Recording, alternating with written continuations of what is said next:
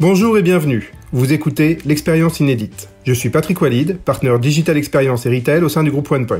Depuis des millénaires, les êtres humains se sont échangés des commodités, des biens, des services. Depuis moins de 20 ans, l'histoire s'est accélérée et tout a changé. L'expérience est devenue l'axe majeur de création de valeur et révolutionne nos habitudes de consommation. Autour de 5 questions, nous échangeons ici avec une personnalité forte et inspirante qui nous partage sa vision de l'expérience dans son secteur. Commerce, distribution, culture, food, hôtellerie, tous les secteurs sont impactés. Pour changer, en échangeant, avec la touche OnePoint, au-delà de l'évidence. Bienvenue dans l'expérience inédite. On vous a jamais dit le client est roi. Il y a une chose qui me met hors de moi, ce sont les mauvais vendeurs. Ce magasin est magique. Si vous aimez être reçu comme un chien dans un jeu de quilles... Maître, vous êtes dans la boutique idéale pour ça, monsieur. Ouvrons le magasin. Bonjour, bienvenue Sophie, pour cette nouvelle édition, 5e édition de notre podcast L'expérience inédite. Merci d'être notre invitée. Donc Sophie Stabile, si je peux te présenter en quelques minutes. Sophie, tu as passé une grande partie de ta carrière au sein du groupe Accor. Oui. Donc tu étais membre du comité exécutif. Et donc tu as dirigé la partie hôtel-service pour la France et la Suisse. C'est bien ça? C'est ça. Aujourd'hui, tu diriges une société qui s'appelle Révérence, qui fait du conseil en investissement, notamment pour des jeunes entreprises dans l'immobilier et l'hôtellerie, particulièrement. Entre autres. Entre autres choses. Tu fais partie du comité de surveillance de Unibail-Rodamco, c'est bien ça? Conseil de surveillance. C'est bien ça. Unibail-Rodamco Westfield, donc dans le domaine des centres co, évidemment. Tu sièges aussi au conseil d'administration de Sodexo. Oui. C'est bien ça. Encore là, il y en a encore beaucoup d'autres. Donc tu es tu as été d'ailleurs aussi au conseil d'administration du groupe Barrière. Oui. Bon, voilà, donc on a autour de nous, avec nous une experte internationale des sujets de l'hôtellerie, de l'hospitality, de la restauration aussi avec Sodexo. Merci beaucoup d'être avec nous. Une immense experte, une très grande fierté de te recevoir aujourd'hui chez OnePoint. On est chez OnePoint. Si vous avez des questions à poser, n'hésitez pas, posez-les directement sur Insta et on les voit apparaître. On pourra répondre aux questions en toute fin de podcast. Sophie, tu le sais, on est ici pour parler expérience autour d'une conviction que l'on porte, qui est que l'expérience est le nouveau vecteur de création de valeur. Après les commodités, après les produits, après les services, il y a quelque chose qui selon nous vient au-delà en termes de création de valeur aujourd'hui, qui est la création d'expériences mémorables, bien évidemment, et d'apporter du sens à la consommation, quels que soient les sujets qu'on consomme. On a reçu ici des gens pour parler culture, pour parler retail. Ton expertise est évidemment très hôtellerie et hospitality de manière générale. Mais derrière le mot expérience, on peut mettre beaucoup de choses. Donc, je commence avec la question qui s'impose. Quelle est ta propre définition de l'expérience? Alors pour moi, l'expérience, c'est avant tout le plaisir. Le plaisir, que ça soit dans la culture, comme tu l'as dit, ou dans la consommation, que ça soit pas une contrainte. Donc quand j'ai un service, il faut que ce service-là, le client, il doit faire partie, en fait, il doit être un peu exceptionnel et pour moi, il doit être unique. Donc chaque client doit être unique et la façon de cette unicité du client va faire en sorte que quand il va vivre l'expérience, pour lui, elle va être exceptionnelle. Donc que ce soit dans n'importe quel secteur, que ce soit dans le secteur du luxe, que ce soit dans le secteur de l'hôtellerie, il faut que chaque client, il se trouve unique et en fonction de ça, qu'on puisse lui proposer cette unicité. Et cette unicité, elle peut aussi arriver avec une différente catégorie de choix. En fait, plus j'ai le choix, plus on me propose quelque chose et plus je peux choisir et plus je vais sentir que en fait, tout va pouvoir s'ouvrir à moi et de facto, je vais être beaucoup plus satisfait. Donc, je dirais c'est ces éléments-là et le client ça doit pas être une contrainte. À partir du moment où le client, dans sa tête, je considère que vivre une expérience déclenche en fait un certain nombre de contraintes. En fait, il la vit mal cette expérience parce qu'il se sent pas reconnu, il a des choses à faire qu'il n'aurait pas voulu faire, ça lui pompe du temps alors que ça n'aurait pas dû. Donc en fait, il faut qu'il n'y ait pas de contraintes. C'est pour ça que j'ai avant tout le premier mot, je dirais plaisir. Alors, comment on fait quand on est je vais revenir évidemment sur cette partie de ton expérience parce qu'elle a occupé une grande partie de ta vie dans l'hôtellerie. qu'on gère des milliers de chambres pour rendre une expérience unique, qui est un challenge pour toutes les boîtes dans tous les secteurs d'activité. On se dit c'est important, il faut apporter du plaisir. Le plaisir va passer, tu nous le dis, par ce côté exceptionnel, unique, du moment qu'on passe ou de la manière dont on est considéré. Comment on arrive à faire ça quand on gère des millions de clients?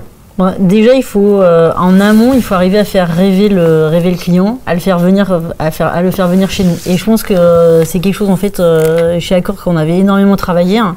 C'est l'expérience du client. Elle ne se fait pas uniquement au moment où il passe la porte de l'hôtel. Elle se fait bien en amont et elle va se faire bien évidemment au moment la premier contact qu'il va avoir, c'est la réservation. Donc en fait, comment sur ce canal-là, on arrive en fait à l'attirer, à avoir aussi quelque chose de différenciant par rapport à la concurrence, que ce soit en termes de réservation, en termes de site, en termes d'avantages qu'il pourrait avoir via tout ce qui est fidélité. Et je pense qu'aujourd'hui, personne ne me contredira, mais historiquement, c'est ce que Airbnb et c'est ce que Booking sont arrivés à faire mieux que n'importe quel hôtelier au début. Bien évidemment, après, les hôteliers, hein, c'est tout comme nouveaux entrants sur un secteur. Il est allé chercher, il est allé se mettre en fait dans l'endroit où c'était, je dirais, le moins facile en fait, ou le moins bien développé par les hôteliers à l'époque. Et aujourd'hui, on se rend compte que sur la partie hôtellerie, on est passé... on passe de commodité à du service et en fait toutes les chaînes hôtelières qui se sont plus orientées sur du service, qu'est-ce que je peux vous apporter en plus? Vous venez à l'hôtel, voilà tous les services que je vais pouvoir en fait vous donner en plus à l'hôtel, en plus de la chambre. Parce qu'en fait la chambre, j'ai envie de dire que ce soit dans une chaîne, sur des indépendants, la chambre tout le monde l'a. Donc en fait maintenant quand je vais à l'hôtel, je cherche autre chose qu'une chambre, donc je cherche autre chose qu'une commodité en fait. Je cherche un service et en fait quelle est la chaîne quel est le groupe hôtelier qui va m'amener le plus de services et qui va me permettre de vivre une expérience unique. Et Airbnb a donc en plus de son, disons pas de sa capacité de chambre, mais en tout cas de sa capacité à accueillir des gens chez des gens, a lancé Airbnb Experience. Pour justement créer quelque chose au-delà du fait d'habiter quelque part ou de résider quelque part pendant quelques jours, d'avoir une résonance, une rayonnance sur la ville qui permette de rencontrer des guides, de rencontrer des locaux, etc. Est-ce que, selon ton expérience, aujourd'hui, la vision que tu as de ce marché-là, est-ce que tu trouves que les groupes hôteliers, ou l'hospitality même en général, est armé face à ces nouveaux entrants, face à ces plateformes qui ont modifié le marché? Est-ce que les acteurs historiques...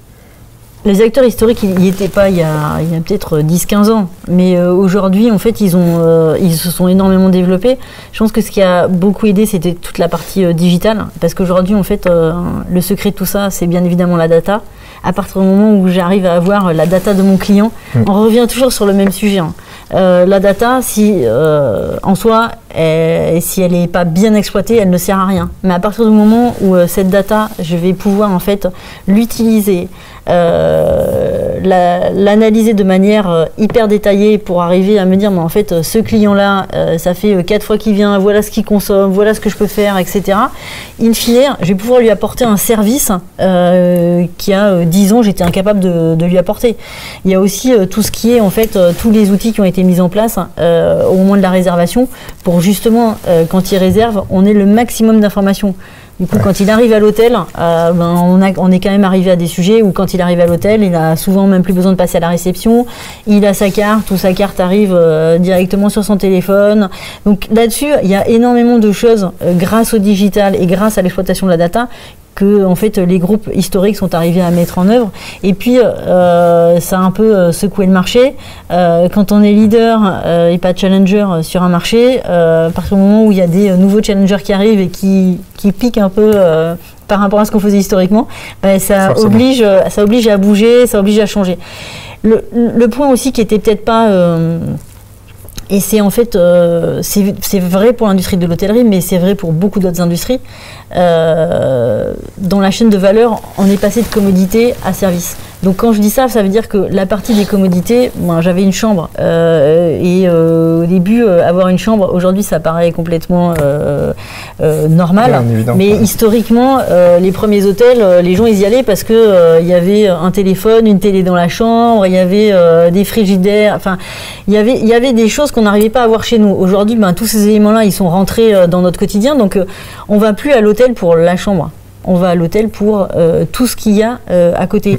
Et ça, je pense que tous les groupes hôteliers l'ont compris et ont développé pas mal d'éléments justement pour arriver à apporter autre chose que j'ai juste un lit pour dormir sur cette partie-là. Ouais. Voilà, on a développé tout ce qui était la partie bureau, qui va peut-être être encore plus importante avec ce qu'on vient de vivre là ces 3 derniers mois.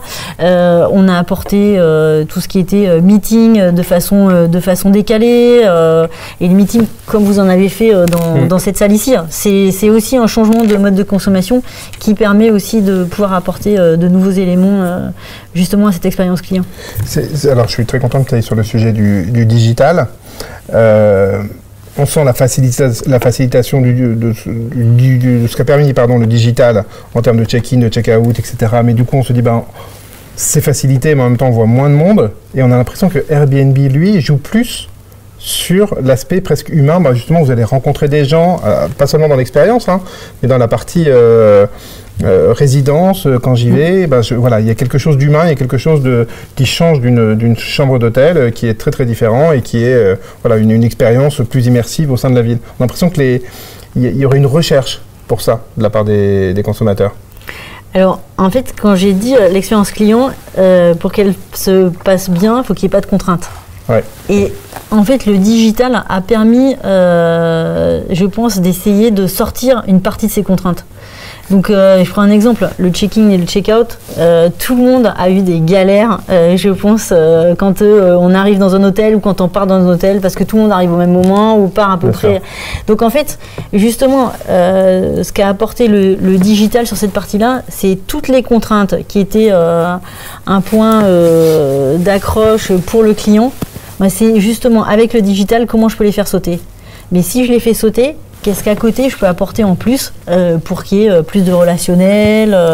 Donc il y a eu ces fameuses les tables d'hôtes sur la partie restauration. Donc il y a plein d'autres choses en fait qui peuvent être mises en place parce qu'on a plus de temps pour s'occuper du client et pas s'occuper de faire son check-in et son check-out qui avec les outils actuels devrait se passer, j'ai envie de dire, comme une lettre à la poste en fait.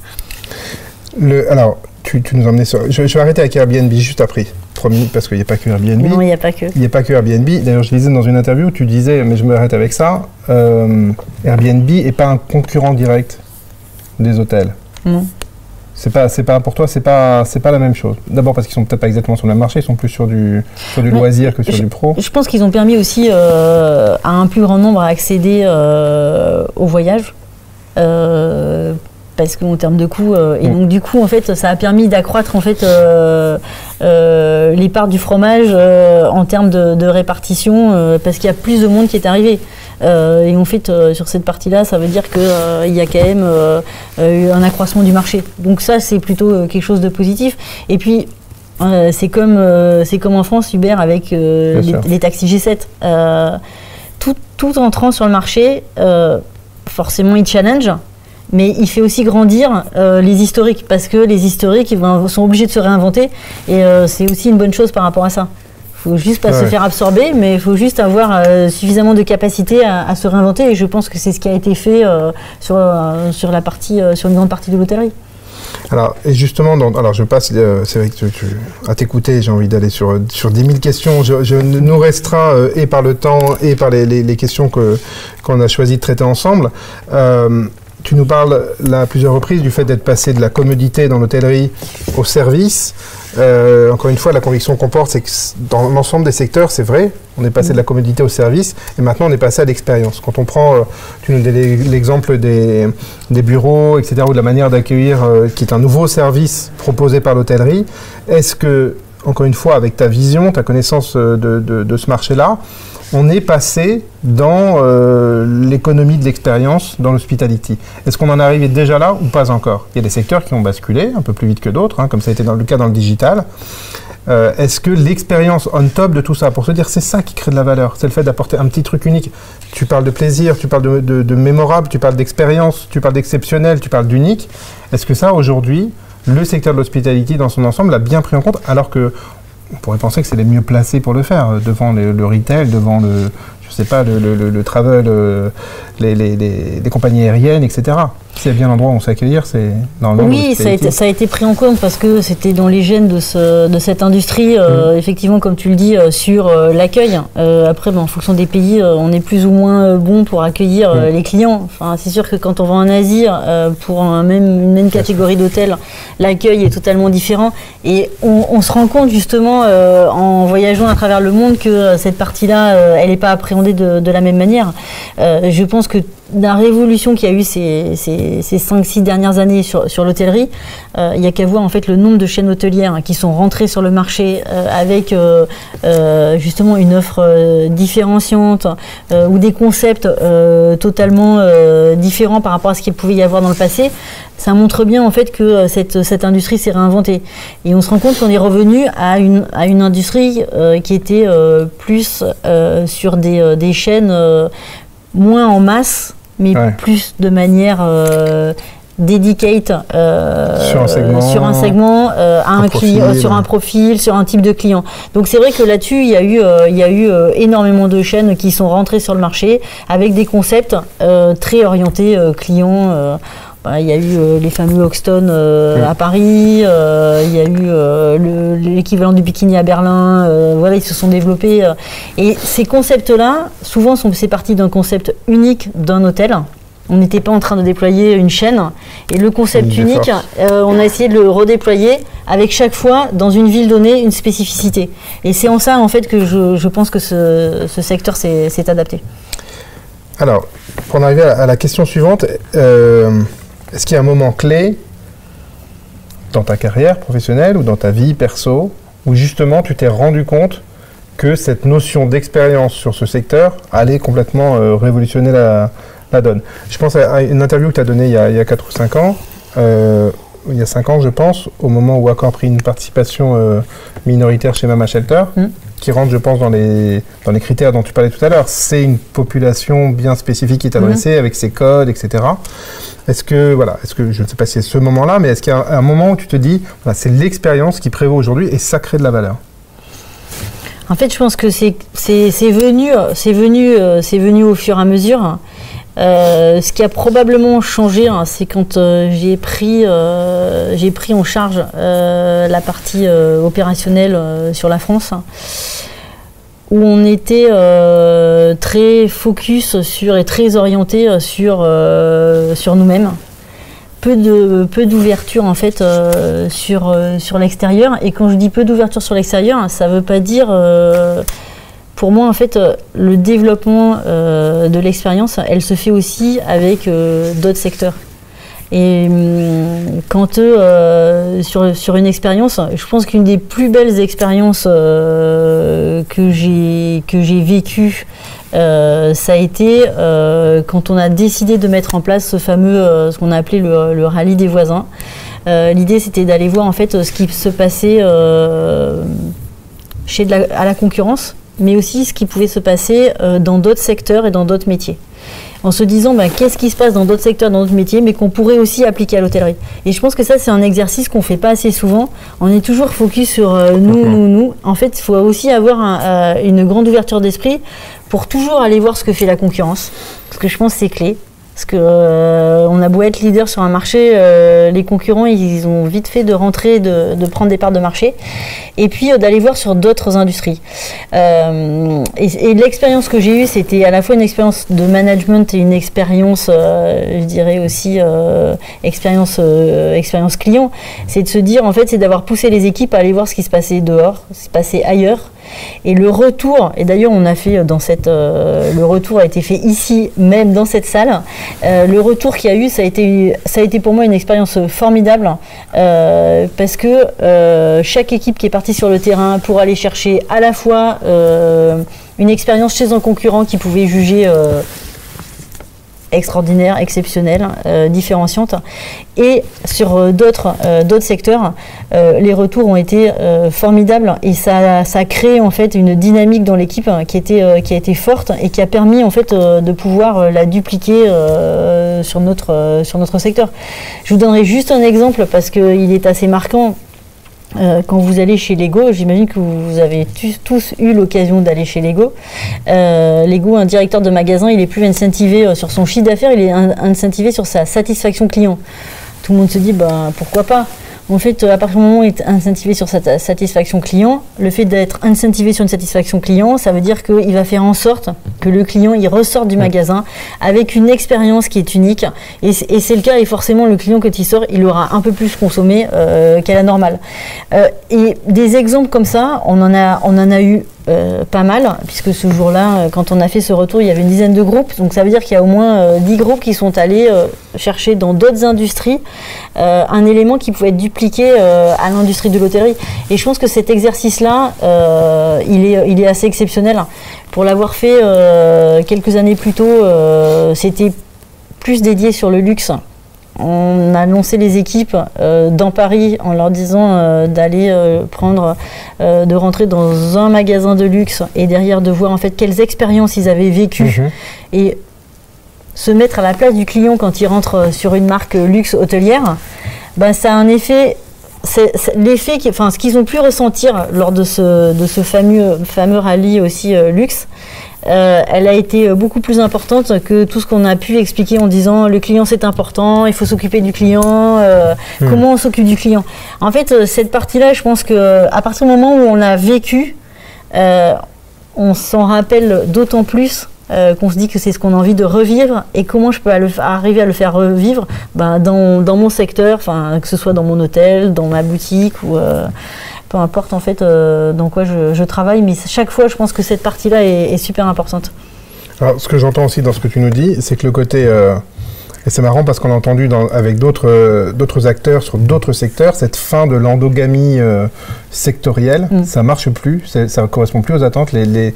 Certainement que nos vies sont trop variées ou trop interconnectées, interdépendantes de plein de choses, et que ces expériences ne se suffisent pas à elles-mêmes quand elles sont à l'intérieur d'un seul secteur d'activité.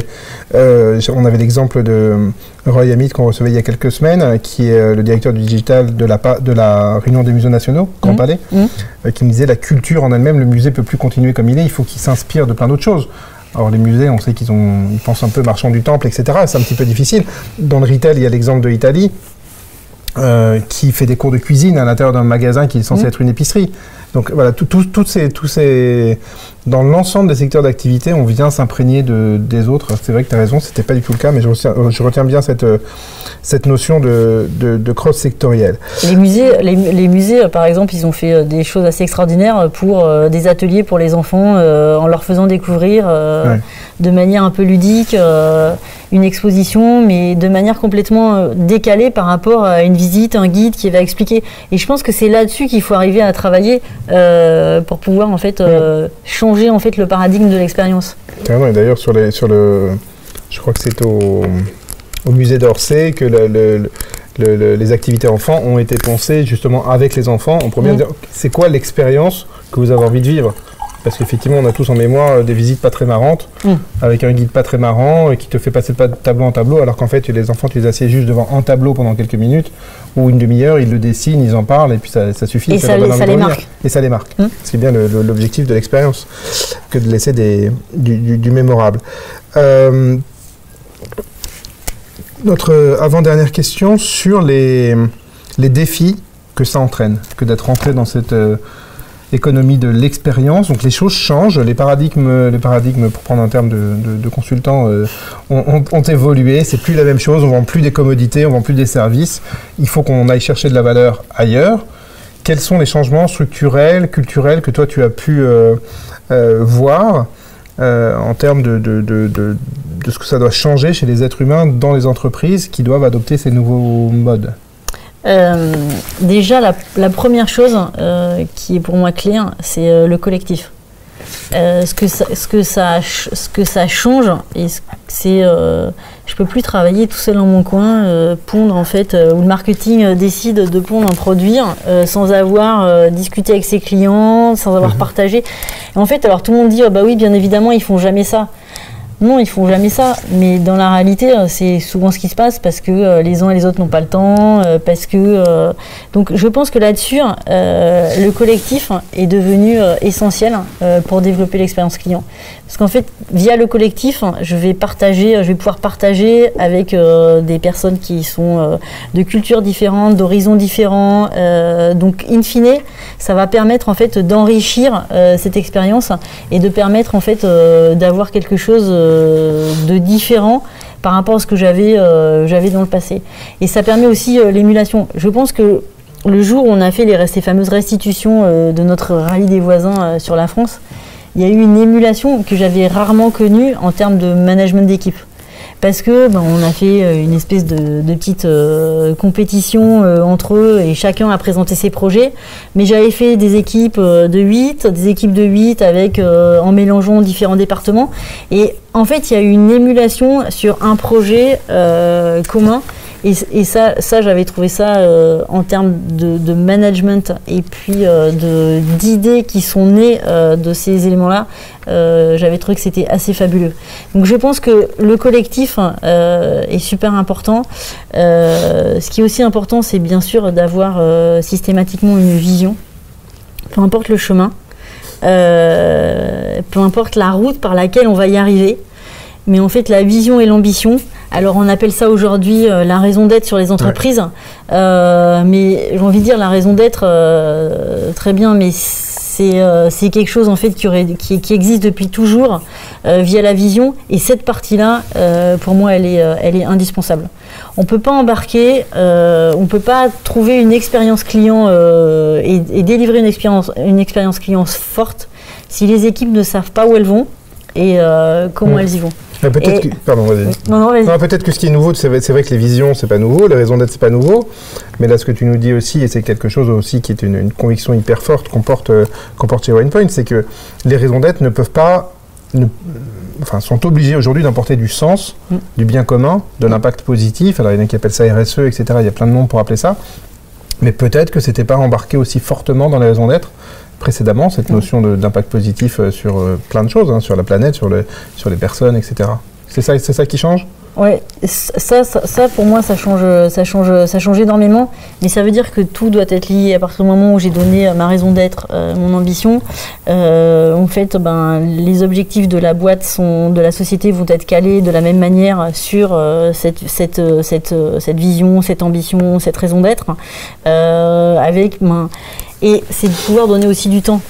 En fait, je peux donner mon ambition et ma vision, ça va être à 2 ans même, ou 3 ans, même si le temps c'est raccourci aujourd'hui. Mais il faut que chaque équipe puisse se retrouver avec des étapes dans lesquelles elle peut se dire voilà ce que j'ai achevé, voilà ce que j'ai accompli, et pas se dire bon, ok, je n'arriverai jamais à atteindre les objectifs parce que de toute façon demain il y aura encore quelque chose et on n'y arrivera pas. Donc en fait, il faut que ça soit à la fois qualitatif et quantitatif, mais toujours mesurable. Donc, pour moi, c'est important, c'est ma vision, mon ambition, je joue le collectif, et derrière, en fait, tous les indicateurs de la société vont forcément tourner autour de ça, et je vais faire en sorte qu'ils soient organisés pour que ça fonctionne autour de ça. Et de ce que tu peux en constater, toi, cette notion de mesure qui, encore une fois, là, tu touches un point sensible. Parce que quand on parle de création de valeur, si on ne mesure pas, on peut toujours dire l'expérience c'est super, etc. C'est très bien, il faut des indicateurs pour la mesurer. Est-ce que de ce que toi tu en vois, ces indicateurs, ils sont mis en place aujourd'hui autour de l'expérience par les entreprises? Est-ce qu'elles mesurent l'impact de l'expérience sur la création de valeur au sens PNL du terme? Oui, en fait, il y a pas mal d'entreprises qui commencent, en fait, soit qui l'ont déjà mis en place, et on est capable de le mesurer, et on est capable de voir, en fait, le chiffre d'affaires, en fait, qui continue à augmenter avec ça, ou, en fait, elles commencent à le mettre en place là. Mais c'est quelque chose qui commence à vraiment être clé dans de nombreuses entreprises. Et tu trouves... On n'arrive plus à tout... C'est pour ça que je dis que le collectif, hein, il est vrai, mais dans tout, on n'arrive plus à se dire, ok, je fais des objectifs hein, qui sont que financiers hein, et puis qui vont évoluer. Tout doit forcément être lié, interconnecté et interdépendant. Cette notion du temps dont tu parles, le temps s'est raccourci, donc du coup les jalons doivent être plus courts, on doit donner du sens de manière plus régulière aux collaborateurs. C'est quelque chose que tu constates de manière générale sur le secteur de l'hospitality ou c'est un truc plus pointilliste? Il y a un peu de la réponse dans ma question. Hein. En fait, je pense que c'est quelque chose qui a été qui est ancré aujourd'hui. Ouais. Parce que c'est un secteur par rapport à d'autres secteurs qui a connu des crises à répétition et de plus en plus rapprochées. Ouais. Donc que ce soit les attentats, que ce soit la crise immobilière, que ce soit, enfin il y a eu énormément de crises à répétition. Et donc c'est un secteur qui a dû toujours là-dessus essayer de se réinventer, mais sur un laps de temps plus court. C'est un secteur qui a été énormément challengé. Hein. L'entrée de Booking ou Expedia ou Airbnb sur ce marché a aussi fait évoluer de manière plus rapide. Donc oui, c'est quelque chose qui est ancré et c'est quelque chose en fait sur lesquels aujourd'hui on doit jouer avec. Et ce qui s'est passé avec le Covid peut-être a élargi ça à l'ensemble des secteurs. Et on se rend compte que tous les secteurs n'étaient pas forcément aguerris à ce genre de situation. Et donc alors justement, c'est ce qui nous amène à une dernière question sur la manière dont on va consommer. Alors, j'ai pas envie de parler que du court terme ou du très très long terme. Il y aura toujours plein de gens pour nous raconter la messe sur le très très long terme. Mais sur le moyen terme, donc j'entends dans ce que tu nous dis là maintenant que ce secteur de l'hospitality, lui, il a une certaine résilience née justement d'avoir rencontré des crises successives que les autres n'avaient peut-être pas rencontrées à cette échelle. Et en même temps, tu nous dis, oui, les raisons d'être, le sens, etc., emporter du sens pour les collaborateurs, pour les clients, tout ça devient absolument nécessaire. Est-ce qu'il n'y a pas un antagonisme à se dire que le temps s'est raccourci, les cycles sont plus courts, on a du mal à se projeter, et qu'en même temps, il faut quand même réussir à penser le long terme ou au moins le moyen terme? Si, il y a un antagonisme, et c'est ce qui fait aussi, je pense, c'est ce qui fait la difficulté aujourd'hui. Parce qu'il faut quand même donner du sens, mais il faut quand même gérer l'urgence.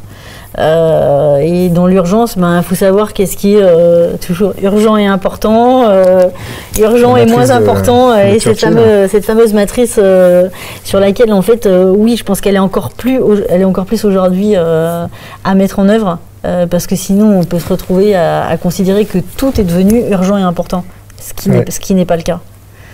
Ouais, il va falloir revoir les roadmaps.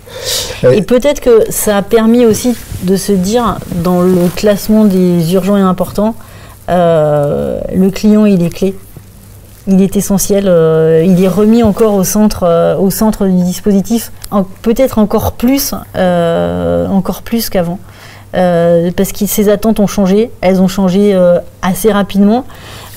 Sur un certain nombre de secteurs, on a pris en 6 semaines, 6 ans peut-être de changement. Les choses auraient mis peut-être beaucoup plus de temps. Et du coup, ça veut dire que par rapport à ça, on doit encore plus être concentré sur quelles sont les attentes de mon client, comment je peux améliorer ses attentes et comment je peux les assouvir. Et aujourd'hui, c'est vrai que cette partie-là, elle va être d'autant plus aidée que je serai armée avec de la data pour pouvoir justement répondre à ces attentes. Et peut-être que ce qui est important aussi, j'entends dans ce que tu dis, peut-être que ce qui est important a changé. Alors effectivement, il va falloir le mesurer de manière différente, avec la data, etc. On doit pouvoir savoir des choses sur les clients avant qu'ils arrivent, ou pendant qu'ils sont là, et anticiper un certain nombre de choses. Mais qu'est-ce que toi tu constates de ce qui a changé dans les attentes, dans l'hôtellerie peut-être en particulier, mais évidemment sur d'autres secteurs que tu connais aussi très très bien? Est-ce que ces attentes ont changé? J'aime bien cette notion de sens dont on parle. Est-ce qu'il y a quelque chose autour de ça que tu sens poindre? Je pense que c'est un peu tôt aujourd'hui, mais il va falloir arriver à combiner à la fois la partie physique et digitale. Et en fait, ce qui s'est passé, c'est pas Ça a permis une avancée sur le digital, mais on ne bascule pas à 100% sur le digital. Il n'y a qu'à voir en fait le souhait des clients, quels qu'ils soient, pour avoir en fait ces contacts physiques, que ce soit dans l'hôtellerie ou dans d'autres secteurs. Donc, et je pense que là-dessus, ça va être un mix entre les deux. Maintenant, à chaque industrie de pouvoir retrouver le bon mix de ces deux. Pour pouvoir en fait continuer à développer son business, et il y a plein de nouveaux business qui vont devoir s'adapter, qui vont devoir évoluer. Ok, ben ça fait beaucoup de choses à mettre en place. C'est bien, enfin ça fait beaucoup de défis, beaucoup de changements pour les boîtes. Donc ta conviction serait qu'on ne va pas consommer de la même manière dans ce secteur à l'avenir, pas forcément Covid, hein, mais post-Covid, mais de manière générale, les attentes vont être différentes. Tu nous dis, ok, on est passé de la commodité, on a une chambre, et puis ensuite. C'était déjà le cas avant. Ça va s'accélérer? Je pense pas. Pas forcément. Il n'y a pas un impact, il n'y a pas le monde d'après, quoi. Le monde d'après, il ressemble quand même de ce qu'on voit aujourd'hui, hein. Beaucoup au monde d'avant, mais. Je pense qu'il y aura quand même beaucoup de choses en fait qui seront comparables au monde d'avant, mais il y a des choses qui seront faites différemment. Oui, ça j'en reste persuadée. Tu penses à quoi? Dans les modes de consommation, en fait, tout ce qui avait été mis en place avant, mais qui avait peut-être du mal à démarrer, par exemple les bureaux, tout ce qui était bureau dans les hôtels. Pour moi, je pense que ça va s'accélérer forcément. Parce que faire du télétravail, c'est très bien. Il y a quand même des points de meeting à avoir, des points de rencontre quand même à avoir. Donc, où est-ce que ça va être fait? Peut-être que je pourrais aussi aller les faire dans l'hôtel. Si je suis pas je peux pas travailler forcément de chez moi parce que j'ai pas forcément la place. Où est-ce que je vais aller? Donc par rapport à tout ça, je pense qu'il y a des choses qui vont évoluer. Il y a une dimension peut-être intimidante dans l'hôtellerie, notamment dans l'hôtellerie de luxe, sur le fait de franchir la porte. Quand on veut aller travailler, justement, je pense on prend souvent cet exemple quand on parle d'expérience de Starbucks, qui devient un peu tarte à la crème, mais je crois que c'est le président de Starbucks qui définissait ces restaurants, si on veut, en tout cas les Starbucks, comme le troisième lieu entre le domicile et le lieu de travail. Les lieux de travail sont en train d'être redéfinis. Le télétravail, là, oui, pour le coup, ça a eu un impact quand même qu'on peut imaginer au moins moyen terme. Toi, tu penses donc que l'hôtel dans la ville va prendre notamment une nouvelle place avec ou accélérer sa place dans le monde du travail? Oui, dans le monde du travail, je pense que l'hôtel va avoir un rôle clé demain dans le télétravail. Parce qu'on y vient, ce que je comprends, c'est qu'on y vient beaucoup, forcément, une grande partie du secteur de l'hôtellerie est occupée par des gens qui viennent pour le boulot, la partie business, plus que pour la partie loisir, hein, c'est ça? Je crois qu'en 2 tiers entière ou quelque chose comme ça. Exactement. Par contre, on n'y vient pas forcément pour travailler, on y vient pour dormir et pour... Oui, mais s'il y a un hôtel, parce qu'il y en a quand même partout, le réseau français est bien maillé, je dirais. S'il y en a un à côté de chez nous et qu'on n'a pas forcément envie de travailler de la maison, l'hôtel reste quand même un élément sur lequel on peut aller travailler, ou des sites, des lieux de coworking. Mais c'est vrai que l'hôtel, le maillage est plus important que les sites de coworking aujourd'hui. Oui, c'est sûr. Donc il y a quelque chose à faire sur cette partie-là, je pense, qui est clé dans le dispositif de demain. Et les sites de coworking, ils se portent pas tous très très bien ces derniers mois, avant le Covid. Sophie, merci beaucoup. Tu nous as parlé de plaisir, tu nous as parlé de collectif, tu nous as parlé de choses exceptionnelles, tu nous as parlé de sens, tu nous as parlé un petit peu de digital. C'est bien qu'on n'en ait pas parlé trop parce que finalement ça fait partie de nos vies et ça n'est plus qu'un moyen aujourd'hui pour atteindre ces moments uniques dont tu parles et la partie zéro contrainte qui permet d'apporter des expériences. Est-ce que tu veux nous dire un mot en conclusion? En conclusion, je pense que demain, on ne va pas tout révolutionner. Hein. Ce n'est pas parce qu'on a été enfermé 3 mois qu'il faut se dire que tout va changer. Les convictions d'avant restent les mêmes. Je considère que le client doit rester au cœur de toutes nos pensées. Et parfois, quand on se pose et on se dit « Ok, pourquoi on fait ça ?» Si c'est pour le client, il y a des choses, on se dit « Ok, On va changer parce que c'est pas forcément là-dessus qu'on était parti. Et pour moi, le client reste l'élément moteur de tout dispositif. À partir du moment où je fais quelque chose pour le client, à l'attention du client, tout le reste autour doit s'organiser et j'ai envie de dire, tout le reste autour doit être assez simple à gérer. On garde ce mot client. Merci beaucoup, Sophie. Merci. Pour cet échange. Merci de nous avoir suivis. Je ne fais que défendre mes droits de consommateur. On ne peut point les goûter, c'est du volement. Vous avez de naturel produit. Un bon vendeur a toujours un sourire sincère. Le client est roi, et le client, c'est vous.